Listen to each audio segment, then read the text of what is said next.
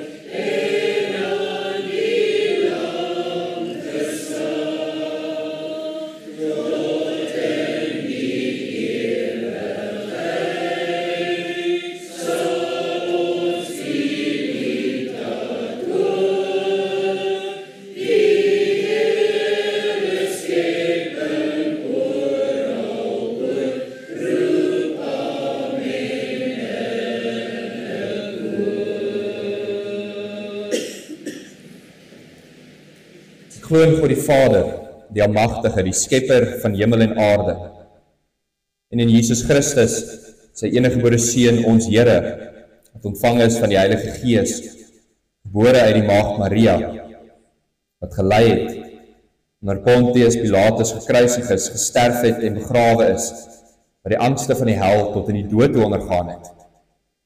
Hy het op die 3de dag opgestaan uit die dood, opgevaar na die hemel en sit aan die regterhand van God, die Almagtige Vader, waarvandaan hy sal kom om die lewendes en die dooies te oordeel. Ek glo in die Heilige Gees. Ek glo aan 'n heilige, algemene Christelike kerk, die gemeenskap van die heiliges, vergifnis van sondes, die opstanding van die liggaam en 'n ewige lewe. Ons gaan sit en dan gaan ons saam luister na die wet van die Here. Die wet van die Here, soos dit vir ons opgeteken is in Eksodus hoofstuk 20.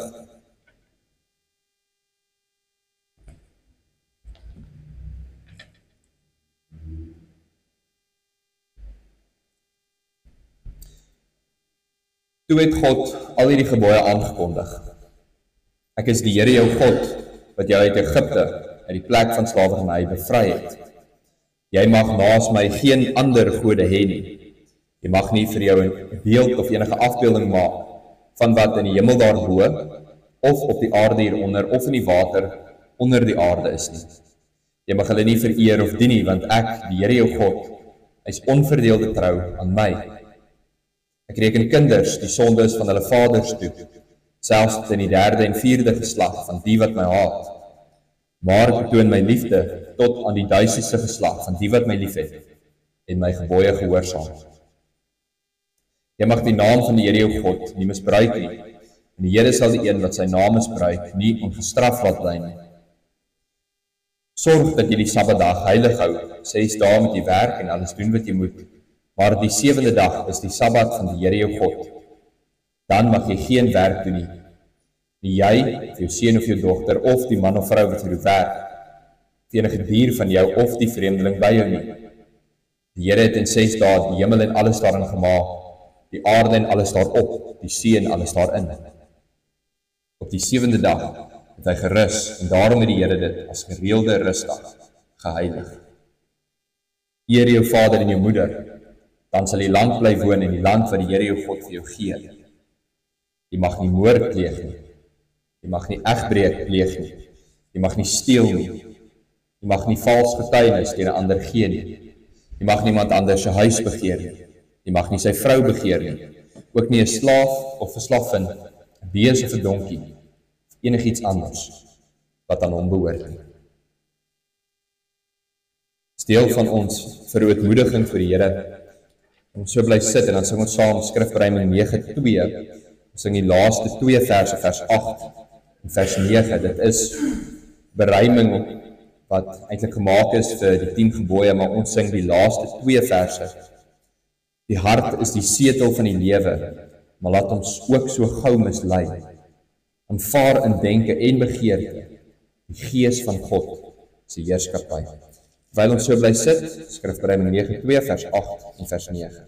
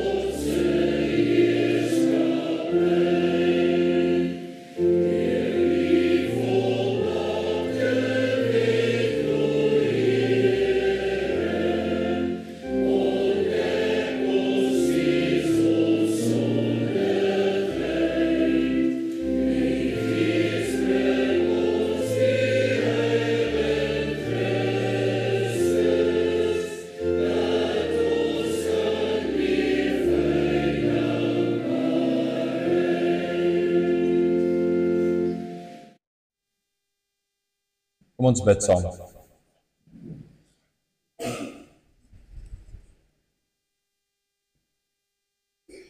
Almagtige Hemelse Vader, Here, ons dankie dat ons saam met gelowiges oor al die eeue mag bely, dat ons is in sonde ontvang en gebore, dat ons tot niks goed uit ons eie in staat is nie, maar van nature, as ons net gelos word, sal ons die slegte najaag en navolg, dat ons net sal doen wat ons harte begeer, ons harte wat so gou mislei, en deur die gees van hierdie wêreld meegesleep word. Uit genade alleen, uit die groot barmhartigheid en genade alleen, word ons opgewek uit 'n dooie lewensbestaan. Ons word saam met Christus uit die dood opgewek en ons kry 'n nuwe lewe.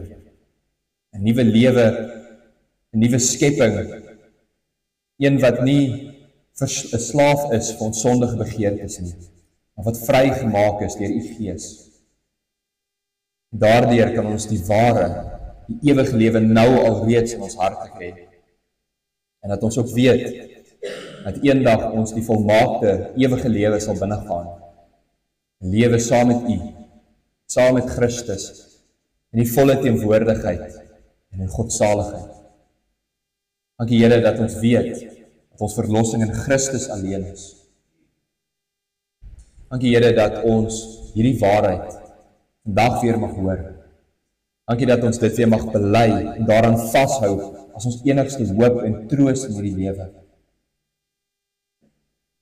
Here, so gaan ons ook vanmôre hoor dat hierdie wonderlike, soete evangelie, dat dit ook saam met dit 'n bitterheid het. Ja, dat ons nogtans in hierdie lewe is, deel van hierdie gevalle wêreld. Dat ons siekte en swaar kry gaan beleef. Dat ons afgetakel gaan word in die ongelowige wêreld en die boosheid. Dat ons nog soveel slegte dinge in die gesig staar, die bose wat in die werk is in die wêreld en ook in die kerk, dan nie in die volmaakte bruid nie, maar in die wat vergader, soos ons vanmôre, is daar ook die wat ongelowig is en die wat die gelowiges probeer aftakel, die wat hulle selfs tot die dood toe wil vervolg. Ons weet, Here, dat die soete wees sal deurstraal en dat U ons altyd sal bewaar. Dankie daarom vir ons verlossing.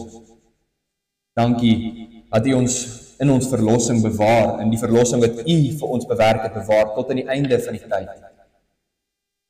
Dankie dat ons met volle vertroue en met baie hoop mag sê, maak nie saak wat gebeur in hierdie lewe nie. Ons sal getrou tot die einde toe volhard, omdat U aan ons die volharding skenk. Vergewe daarom ook al ons sondes.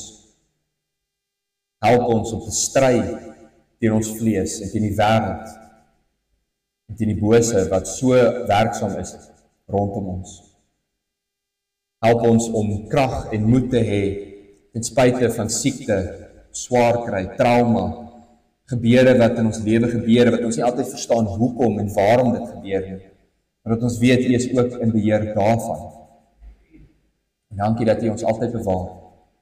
Dankie dat ons dit so saam met gelowiges ook in hierdie week weer mag bely, dat selfs daar waar slegte dinge gebeur het, dinge wat ons nie kan verstaan hoe en hoekom nie, dat ons daarin ook U bewaring, die getrouheid vir ons kan sien. Dankie Here dat U ons altyd veilig hou, vir ons en ons kinders. Dankie Here dat ons hierdie week ook die troos mag hê, en dat gelowiges die troos mag ontvang, dat al het die dood gekom vir sommige van ons, dat U steeds met ons veilig getrou sal wees tot aan die einde van ons reis. Dat U ons weer die krag gee om ons koppe op te lig en vorentoe te gaan. Ons bid so, Here, dat U sal wees met die woordverkondiging hier vanmôre, maar ook reg oor die wêreld. Dat waar dienaars in nederigheid en in swakheid U woord probeer oordra, dat U dit van krag sal maak. Dat dit nie hulle woord sal wees nie, maar net U woord, en dat hulle sal sê, so spreek die Here, Here. En waar daar soveel dinge vir ons in die woord nog moeilik is om te verklaar en te verstaan, weet ons dat U vir ons iets daarvan reeds nou al oopbreek, sodat ons getroos en bemoedig sal wees. En wees so met ons dan vanmôre, waar ons nie in ons eie hoogheid en in selfvertroue U woord aanpak nie, maar in nederigheid na die boek van Openbaring gaan, om ook daaruit vertroos te word. Gee dat ons in hierdie tyd ook U naam sal loof en prys, en tot eer van U naam sal vergader. In Christus Jesus, ons koning, in ons Here se naam. Amen. Voordat ons uit die woord van die Here lees, kom ons sing eers saam van Skrifbreuke 4:1. Ons sing saam vers 1 en 2. Waak, Christen, staan in die geloof, dat niemand jou die kroon ontroof. Wees wys en dapper, sterk en moedig. toegewy aan God se werk. Ook met die oog op vanmôre se prediking, sing ons skrif van Romeine 14:1, vers 1 en 2, 'n beruiming van Romeine 13, ook so met betrekking tot ons prediking.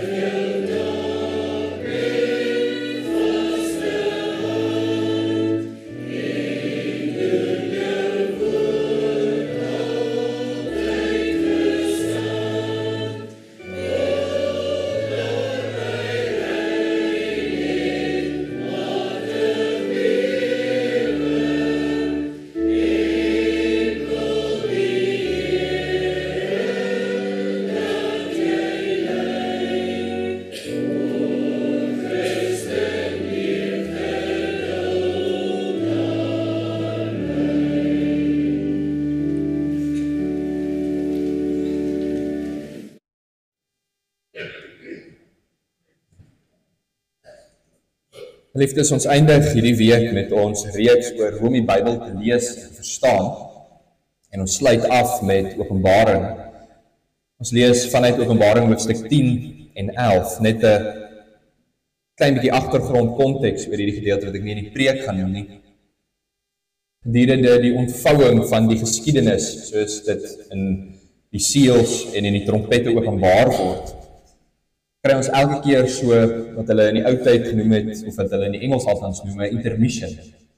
So 'n mens destyds 'n film gekyk het en dan so in die helfte van die film is daar eers 'n breek en dan staan daar eers 'n wagperiode. Tussendeur kan jy net opstaan en gaan loop en vir jou ietsie kry om te eet. Dit is nie vandag meer so in die films nie. Maar so in die dramatiese gebeure van die ontvouing van Openbaring, is daar hierdie intermissions, oomblikke waar alles net vir 'n oomblik fokus en tot verhaal kom. En Openbaring 10, vers 1 en 11 tot vers 13 is daardie oomblik in die ontvouing van Openbaring se vertelling. Ek lees vir ons uit die 2020 vertaling. En ek het 'n ander sterk engel uit die hemel sien afkom. Hy was met 'n wolk omhul, met 'n reënboog bo sy kop. Sy gesig was soos die son en sy voete soos 4 pilare.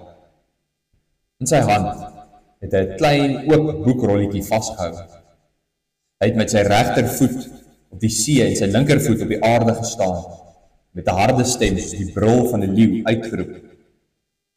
Nadat hy uitgeroep het, die 7 donderslae hulle dreunings laat klink. Toe die 7 donderslae galm, was ek op die punt om dit op te skryf, maar ek het 'n stem uit die hemel hoor sê, verseël dit, en die 7 donderslae laat galm het.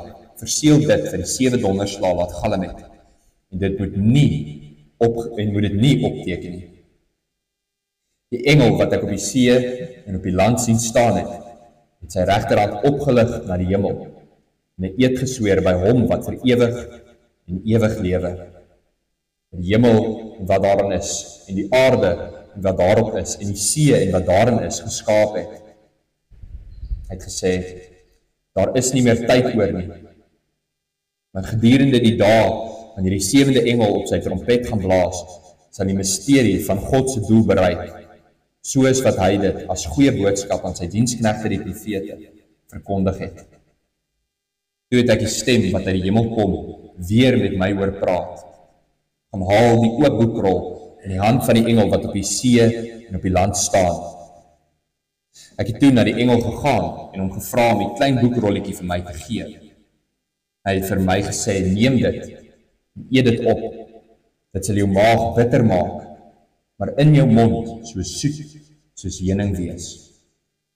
En ek het die boekrolletjie uit die hand van die engel geneem en dit opgeëet. In my mond het dit so soet soos heuning gesmaak, maar nadat ek dit geëet het, was dit vir my bitter in my maag. Toe sê hulle vir my, jy moet weer gaan profeteer. En baie volke, nasies, tale. Jy moet weer gaan profeteer teen baie volke, nasies, tale en konings. Daar is toe aan my 'n meetstok gegee, wat net soos 'n staf lyk, met die opdrag, staan op en gaan mee die tempel van God en die altaar, en tel die mense wat in die tempel aanbid. Die voorhof wat buite die tempel is, moet jy buite rekening laat, en nie meet nie, omdat dit in die heide oorgegee is. Hulle sal die heilige stad 42 maande lang vertrap. En ek sal my 2 getuies opdrag gee, om in sak gekleed 1260 dae lang te gaan profeteer. Hulle is die 2 olyfbome, en ook die 2 kandelare wat voor die Here van die aarde staan. As iemand hulle kwaad wil aandoen, vlam daar 'n vuur uit hulle monde wat hulle vyande verteer. En as iemand hulle kwaad wil aandoen, moet hy ook so doodgemaak word. Hulle beskik oor die volmag om die hemel te sluit, sodat dit gedurende die tyd wat hulle profeteer nie sal reën nie. Hulle het ook die volmag om so dikwels as hulle wil, die water in bloed te verander, om die aarde met elke moontlike plaag te tref. Wanneer hulle getuienis klaar gelewer het, sal die dier wat uit die onpeilbare dieptes verrys, teen hulle oorlog maak, en die oorhand oor hulle kry, en hulle doodmaak. Dan sal hulle lyke langs die hoofstraat van die groot stad lê, daardie stad wat figuurlik gesproke Sodom in Egipte genoem word, en waar ook hulle Here gekruisig is. 3,5 dae lang sal mense vanuit die volke en stamme en tale en nasies hulle lyke daar sien lê, maar nie toelaat dat hulle liggame in die grafkamer begrawe word nie. Die aardbewoners sal oor hulle jubel en bly wees, vir mekaar geskenke stuur, want hierdie 2 profete het die aardbewoners gefolter. Maar na 3,5 dae het die lewengewende asem van God in hulle ingegaan, en hulle het op hulle voete gekom, terwyl diegene wat hulle gesien het, deur groot vrees oorval is. Toe het hulle 'n harde stem in die hemel vir hulle hoor sê, kom op hierheen, en hulle het in 'n wolk na die hemel opgevaar, terwyl hulle vyande hulle agterna kyk. Op daardie uur het daar 'n groot aardbewing plaasgevind, en 1/10 van die stad het in mekaar gestort. In die aardbewing het 7000 mense omgekom, maar die res het vreesbevange geraak, en aan God van die hemel heerlikheid betoon. Tweede ramp verbygegaan, en kyk, die derde een kom gou. Ons fokusverse dan is vers 10, van Openbaring hoofstuk 10 is dit vers 10. En ek het die boekrolletjie uit die hand van die engel geneem, en dit opgeëet, en in my mond het dit so soet soos heuning gesmaak, maar nadat ek dit geëet het, was dit bitter in my maag. En dan vanaf hoofstuk 11, lees ons die fokusverse vers 11 en vers 12.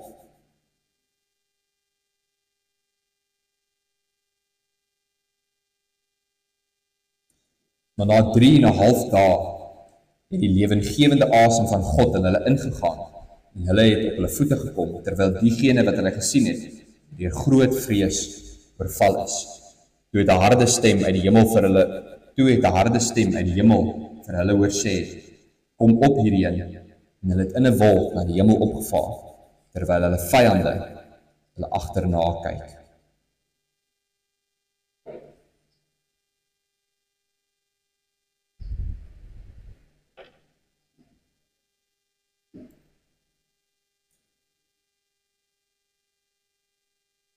Geliefdes in ons Here Jesus, wanneer 'n mens na die radio luister of TV kyk, iewers sal daar tydens die advertensies 'n kort gedeelte wees waar die skedule vir die volgende gedeelte van die program vir die res van die aand, vir die volgende uur of 2 weergegee word. As mense dit kyk, dan kry jy so 'n kort vooruitsigting van dit wat die res van die aand se program inhou.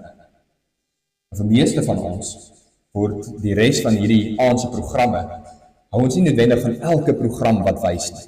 Daar sal 'n paar wees waarvan ons hou, en dan 'n paar wees wat ons nie eintlik kyk nie. En hierdie vooruitsigting los dan so ietsie van 'n bitter soet smaak in jou mond. Jy is opgewonde vir die 3de of 4de program, maar jy moet eers deur so 'n paar verveliges werk om daarby uit te kom. Om dit vir ons manne duidelik te maak, jy moet eers so 'n klein bietjie sokker of golf kyk voordat die rugby opkom. Op 'n soortgelyke manier gee Openbaring 10 en 11 vir ons ietsie van 'n program vooruitsigting. Dit wat gaan gebeur, dit wat in die lewe van die kerk gaan ontvou in die geskiedenis.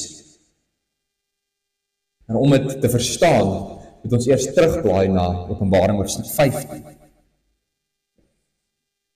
In Openbaring 5 bevind Johannes homself voor die troon van die God van hemel en aarde. In die boek in die hand van God die Vader sien hy 'n boekrol wat verseël is met 7 seels. En hierdie boekrol verteenwoordig dan God se raadsplan vir die geskiedenis. As iemand dit oopmaak, gaan die geskiedenis van die wêreld ontvou. Met ander woorde, die boekrol is die verseelde skedule van dit wat gaan gebeur met die wêreld.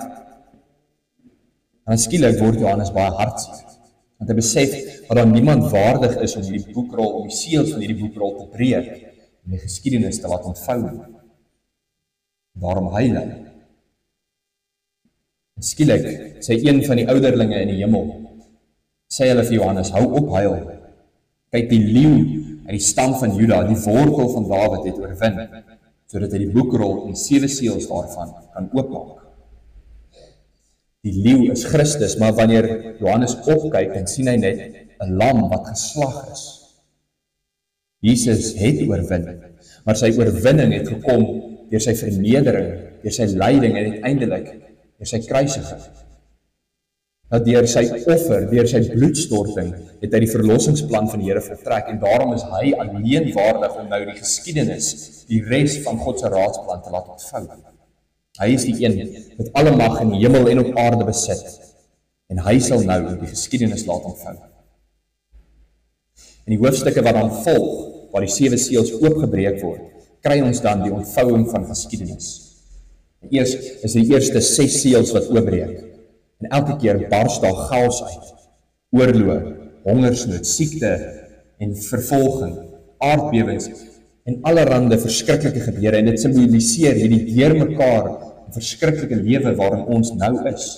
Dit simboliseer dit wat gebeur vandat Jesus opgevaar het na die hemel en vandat hy terugkom. Die chaos, die swaarkry, die seer, die bitterheid. En dan uiteindelik, aan die einde van die tyd word die laaste, die 7de seel oopgebreek en die wêreld kom tot 'n einde met 'n groot aardbewing. Na hierdie 7 seels word hierdie selfde oorvertelling van die ontvouing van die geskiedenis dan weer oorvertel, maar met 'n ander beeld. Soos elke man se vrou haarself elke keer 1 of 2 of selfs 3 keer moet herhaal, so herhaal Openbaring dieselfde boodskap met 'n ander beeld en vanuit 'n ander hoek. Dieselfde waarheid word met 'n ander simboliek verklaar. Eers vertel dit van die ontvouing van die wêreldgeskiedenis met die oopbreek van die 7 seels en daarna dieselfde ontvouing van die geskiedenis, maar hierdie keer die blaas van 7 trompette. Met die trompette skuif die fokus 'n klein bietjie, nie meer net na die ontvouing van die geskiedenis nie, maar nou spesifiek die oordeel van die goddelose wêreld. In die eerste 6 trompette blaas is daar weer eens wanorde en chaos. Die pla van Egipte word herhaal op die goddelose wêreld, sprinkane, duisternis, haal en vuur, oorloë en selfs 'n groot klip wat uit die hemel op die aarde neerval. En die trompette kondig die oordeel van die Here aan oor die bose, ongelowige mense. Dan vir 'n kort rukkie, te midde van al die trompette, die pla, die chaos, die dinge wat ontvou in die oordeel. Vir 'n oomblik kan Johannes asemhaal.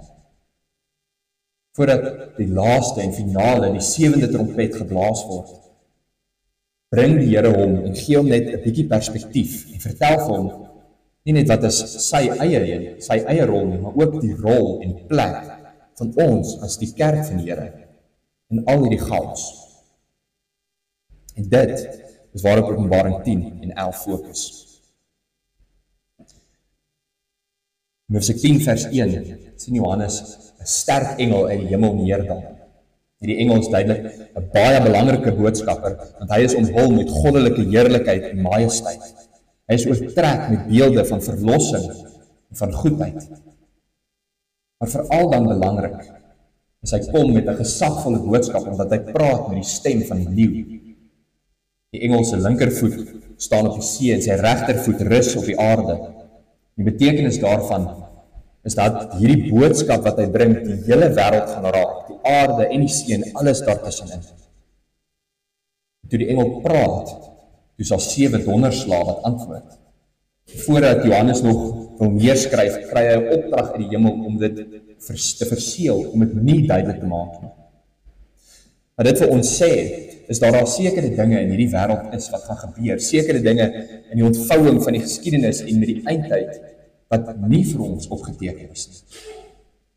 Die boek van Openbaring lig vir ons die sluier so klein bietjie op wat met die kerk gaan gebeur, maar ons dele wat verborge sal bly, dele wat ons nie sal weet nie. God vertel net vir ons dit wat nodig is. Nadat die 7 donderslae dan geantwoord het, bring die engel uit die hemel die boodskap. En hierdie boodskap is eenvoudig. Daar is nie meer tyd nie. Maar die tyd, die einde is naby. Ons lewe vandag in hierdie ontvouing van die 6 trompette, in die blaas van die 6 trompette. En die effek daarvan sien ons rondom ons. Die oorlog wat elke nou en dan uitbreek, iewers in die wêreld, die natuurrampe wat voorkom, mense wat deur hongersnood en swaar kry getref word. Rondom ons, in ons eie land, in ons eie dorp, sien ons hoe die bose 'n invloed het. Die einde is naby. En die oordeel van God word alreeds voltrek oor 'n ongelowige wêreld. Die 7de engel staan gereed en sy trompet te blaas. Maar wat is ons plek in al hierdie dinge? Wat is die plek van gelowiges in die kerk en al hierdie chaos en trompette? Johannes gee vir ons dan die antwoord deur self 'n profetiese handeling deur te gaan. Hy staan hier as verteenwoordiger van die hele kerk en wat met hom gebeur en wat hy doen, beskryf wat die rol en die plek van die kerk is. Die Here praat met Johannes en soos Esegiel kry hy die opdrag om 'n boekrol te eet. Die boekrolletjie is 'n klein deel van die ontvouing van die geskiedenis en wys vir ons wat die kerk se plek is. En wanneer hy dit eet, is dit soet soos heuning in sy mond, maar die effek daarvan in sy maag is bitterheid. Met ander woorde, hoe lyk die toekoms van God se kerk in hierdie wêreld? Dis 'n mengsel. Dis 'n bitter soet mengsel. Die evangelie is die wonderlikste, die beste, die soetste nuus wat ooit enige mens sal hoor. Maar dit het 'n bitter uitwerking op baie van ons lewens. Dit sal lei tot vervolging, tot martelaarskap vir elkeen wat waarlik hierdie getuienis van die lam op hom het. In 1 Petrus 4 word ons gewaarsku, geliefdes, moenie verbaas wees wanneer 'n vurige beproewing oor julle kom nie, asof iets vreemds met julle gebeur nie.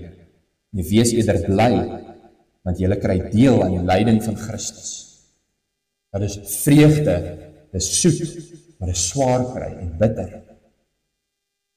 Die lewe van gelowiges is ook soet, omdat ons weet dat in die soewereiniteit van die Here sal alles wat met ons gebeur ten goeie wees. Ons weet wat God in beheer is. Ons weet dat alles wat gebeur in sy wil en in sy beheer is. Baie keer is dit vir ons bitter in hierdie lewe, want dit hou lyding, swaar kry, martelaarskap voor.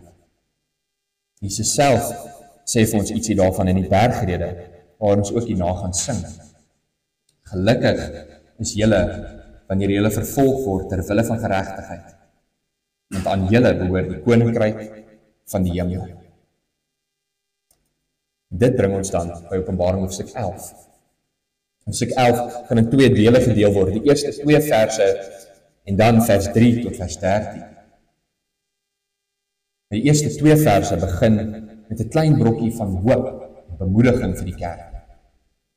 Geliefdes, hier moet ons nou baie eerlik, en ek moet op 'n persoonlike noot ook sê, dat hierdie verse uiters moeilik is om te verklaar, en dat dit lei gevolglik tot uiteenlopende verklaringe. En tog is ek daarvan oortuig dat as 'n mens die regte beginsels toepas, dat 'n mens by die waarheid van die boodskap kan uitkom. En met dit in gedagte is dit onmoontlik om alles te verklaar in een preek. En daarom gaan ek net 'n duidelike en kort verklaring van al die hoofdele gee. In vers 1 en 2 sien ons hoe die Here herhaal wat in die Ou Testament gereeld gebeur. Die Here roep gereeld sy profete, soos Jesegiel en soos Jesaja en Jeremia, om profeties iets uit te beeld. Met ander woorde, hulle doen iets wat 'n dieper betekenis, 'n dieper boodskap, 'n geestelike boodskap inhou. In vers 1 en 2 moet Johannes so 'n profetiese uitvoering, 'n demonstrasie lewer. Hy kry 'n meetstok en die Here sê vir hom om die tempel van God en die altaar te gaan meet. Hy moet ook die mense wat in die tempel en die altaar aanbid, moet hy tel. Meet en tel staan dan simbolies vir die Here se beskerming en sy eienaarskap. Dit is die eerste ding wat ons doen wanneer jy 'n erf koop of wanneer jy 'n stukkie land het. Jy maak seker dat die planne van daardie land vir jou uitgegee word, dat jy weet presies waar is die grense, sodat jy heining daarom kan bou en alles wat binne is kan beskerm. Met hierdie meet wys die Here dus dat hy die tempel, die kerk van God afmeet en die kerk van God beskerm. En met die tel iets soortgelyk, wanneer iemand skape in 'n kraal injaag, tel hy hulle en te kyk of almal daar is. So tel die Here dan die gelowiges wat daaraan bid, om seker te maak dat hy hulle sorg en hulle beskerm. Dit wys op God se liefde vir gelowiges. Johannes moet dan baie spesifiek net die tempel en die altaar meet. Die tempel en die altaar wys na die ware geloof en die ware kerk van God. En hy moet ook die aanbidders, die ware gelowiges, moet hy tel. En praat van God se beskerming daarvan. In vers 2 praat dan van die voorhof van die tempel, maar ook van die heilige stad daar buite. So ons het die tempel en die tabernakel, en dan die voorhof en die stad, al hoe groter. Nou al die beelde, die tempel, die stad, die tabernakel, die buitehof, alles verwys na dit wat God besit. God het eienaarskap op dit. Dink net aan al die psalms in die Ou Testament wat praat van God wat regeer in Sion en in Jerusalem, dat hy sê dat die tempel en die kerk aan hom behoort. Dis sy eiendom, onder sy beskerming. Die verskil lê egter daarin in vers 2. Johannes word beveel om net die tempel en die altaar te meet, maar die voorhof en die stad moet hy uitlos. Met ander woorde, die kern, die wese van God se kerk, dit wat hulle geloof is, dit wat vir hulle kosbaar is, dit sal die Here bewaar. God ken en tel elkeen wat in sy kerk is. Hy hou sy kinders styf vas en niemand sal hulle uit sy hand kan ruk nie. Maar die voorhof en die stad wat ook die kerk van die Here voorstel, dit word nie getel nie. Want dit verwys na die uiterlike van die mens, die wêreldse bestaan van die kerk. Die Here het dit oorgegee deur die goddelose wêreld vertrap te word. En net kortlik saam te vat, die geloof, dat dit wat vir ons as die kerk kosbaar is, dit sal die Here tot aan die einde toe bewaar. Hy sal sy kerk bewaar. Selfs al beteken dit dat ons uiterlik moet vergaan, vervolg en vertrap word. Ons is tog die strydende kerk in 'n verlorende wêreld. En soos ons reeds vroeër gehoor het, is hierdie boodskap 'n bitter soet boodskap vir die kerk van die Here. Terwyl God sy oordeel op die goddelose wêreld voltrek, sal die kerk bewaar word. En die ongelowiges sal die kerk des te meer wil vervolg. Ons sal fisies vertrap word, fisies gemartel word. Maar al word ons vervolg en oorweldig, al word ons by die duisende soos vandag in die wêreld vermoor, al breek daar oorloë uit en al word ons meegesleep in daardie oorloë, Die Here sal sy kerk tot aan die einde toe bewaar. Ons sal volhard en oorwinnaars wees. Nou dit is die wonderlike hoop van vers 1 en vers 2. Jesus sê, in hierdie lewe sal julle swaar hê, maar kyk, ek het reeds die wêreld oorwin.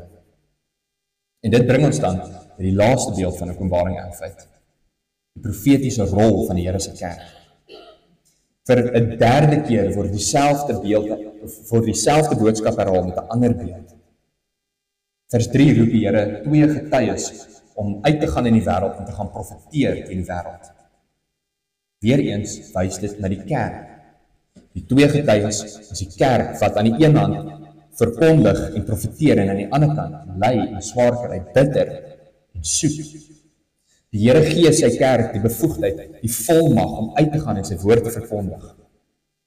Vers 4 beskryf hulle as 2 olyfbome en as 2 lampe wat voor die Here staan. Die olyfbome gee olyfolie. En die olyfolie wys dus op die salwing van die kerk deur die Heilige Gees om hierdie boodskap te gaan verkondig. En die 2 lampe wys na die helder lig van die evangelie wat skyn in hierdie donker wêreld. En die simboliek van 2 getuies is ook belangrik. In Deuteronomium 19 vers 15, as daar 'n ernstige regsgeding is, moet daar 2 of 3 getuies wees. Wanneer ons dit dan toepas op vers 3, kan mens sê dat God 'n regsaak met die verlore wêreld het. En dat hy sy kerk roep om as getuies te wees, om teen hierdie verlore wêreld met die evangelie te getuig. In vers 5 en 6 word dit wat die kerk doen met Elia en met Moses, die grootste profete en getuies van die Ou Testament, word die kerk met hulle vergelyk. En net soos die kerk, die goddelose wêreld vandag, die aardbewoners genoem word, die wat net fokus op die aarde, die dinge wat van hierdie lewe, geld en krag en mag en rykdom, soos hulle hierdie dinge veraf God, so gee die Here die kerk die mag van Elia en Moses om teen die afgode van hierdie wêreld te gaan profeteer. En die ergste van al hierdie dinge, die mense van hierdie wêreld sal die kerk haat vir wat hulle verkondig. Dit sal vir hulle 'n boodskap wees soos vuur uit die kerk se mond.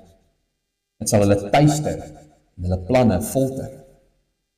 Na deurentyd, dwars deur die geskiedenis, word die kerk al vervolg en dit sal net erger word tot en met die einde van die wêreld. Ons sien hierdie tekens alreeds in ons eie land. Daar word meer en meer druk op skole, universiteite, op kerke geplaas van die regering se kant af. Ons moenie meer met die evangelie en die kerk assosieer nie. Die kerk en die samelewing en die gelowiges word eintlik aan een kant geskei. Ons word op 'n politieke vlak aktief geteiken. Die media beswadder ons. Die kerk se profetiese getuienis moet voordien tot aan die einde. Totdat die vasgestelde tyd wat God daarvoor bepaal het verby is. En dan, aan die heel einde, sal die bose magte uit die onderaardse diepte, die magte van hierdie wêreld en die onsienlike magte van die bose koninkryk van die duiwel losbrand teen die kerk. En dan die kerk tot uitermate vervolg. En die bose sal die oorhand kry. En soos in Elia se tyd sal dit lyk asof die kerk heeltemal uitgewis word. Maar die Here hou sy kerk vas. En selfs al word daar die 2 getuies, al word die kerk vertrap tot die dood gelos in die strate, sal die Here weer hulle lewendig maak en hulle voor hulle vyande lewend en oorwinnend vertoon. Hy sal nie toelaat maar met sy kerk tot die einde toe verlang gespot word nie. Ja, hy beperk daardie tyd, daardie lyding van die kerk vir 3,5 dae, net 'n kort tydjie. En op hierdie manier kom die dramatiese, profetiese roeping van die kerk tot 'n einde in hoofstuk 11 vers 14. Die kerk sal verkondig, maar dan ook vervolg, vertrap en verneder word. Maar op die bestemde tyd, die soet van die evangelie, sal die Here weer hulle lewend maak, hulle verheerlik en voor die oë van die bose wêreld as oorwinnaars verkondig. Geliefdes, ek sluit af. En soos Openbaring kan ek ook nie anders as om dieselfde boodskap weer te herhaal. Mag dit waarlik dan by die 2de, 3de, 4de herhaling werklik by ons vassit. Elke deel wat ons vanmôre gelees het, hoe moeilik en onverklaarbaar dit ook al is, die boekrolletjie, afmeting van die tempel, die 2 getuies, elke deel wys op die bitter, soet rol van die kerk in die geskiedenis. Ons het die wonderlike nuus van die evangelie en ons stap in die voetspore van die lam wat geslag is. Die lot van Christus se liggaam kan tog nie anders wees van sy hoofsin nie. Jesus is die oorwinnende leeu van Juda wat al ons sondes volkome versoen het. Want dit het gekom, sy oorwinning het gekom deur sy lyding. Hy is die geslagte lam. Hy is ook die geloofwaardige getuie, die eerstgeborene uit die dood.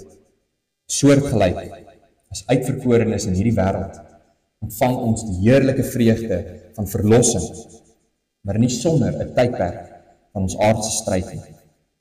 Daarom, geliefdes, as strydende kerk op pad na die oorwinnende kerk, as 'n soet en 'n bitter boodskap wat ek vanmôre bring, dat ons getrou getuig en vashou aan ons roeping te midde van hierdie goddelose wêreld. En volhard daarin, selfs al word jy vervolg en verspot en afgemaak as iemand wat mal is, en skep moed. Want selfs al moet dit gebeur, selfs al moet hierdie voortduur in die wêreldwyd, sal die Here ons geloof behoue bly. Sal die Here altyd sy kerk bewaar. Want dit is ons troos te midde van dit alles. Amen. Kom ons bid saam.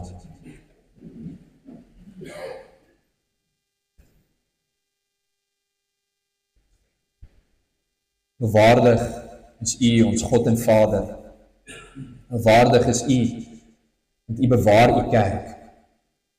Maar U hou U kinders styf vas, en ons weet dat ons geloof bewaar sal word, selfs al moet die vuure van die hel teen ons losbrand op hierdie aarde.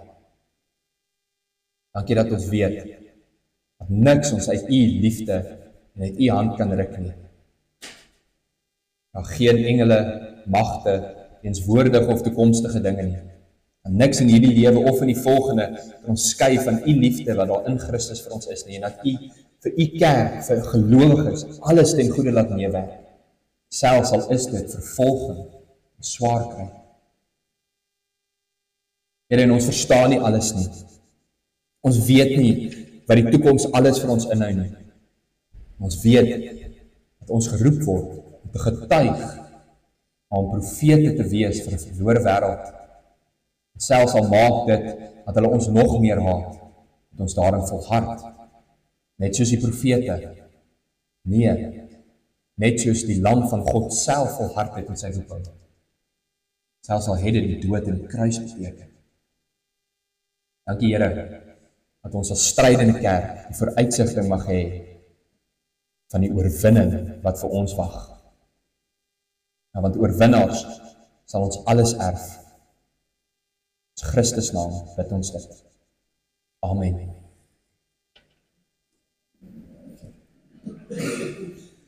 Geen nou geleentheid vir die opname van die kollekte en daarna gaan ons saam sing van skrifbereiding 11:3.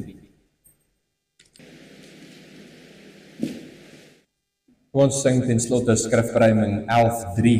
Ons sing saam vers 7 tot vers 10. Dit is 'n beruiming van die bergrede van Matteus 5 vers 3 tot 12. Hoor die pragtige woorde van vers 8. Die troos vir die Here vir ons sy kerk gee. Salig die wat hier vervolg word en vir reg en waarheid ly, want die koninkryk der hemel is vir hul as loon berei. Sing ook saam vers 7, vers 9 en vers 10.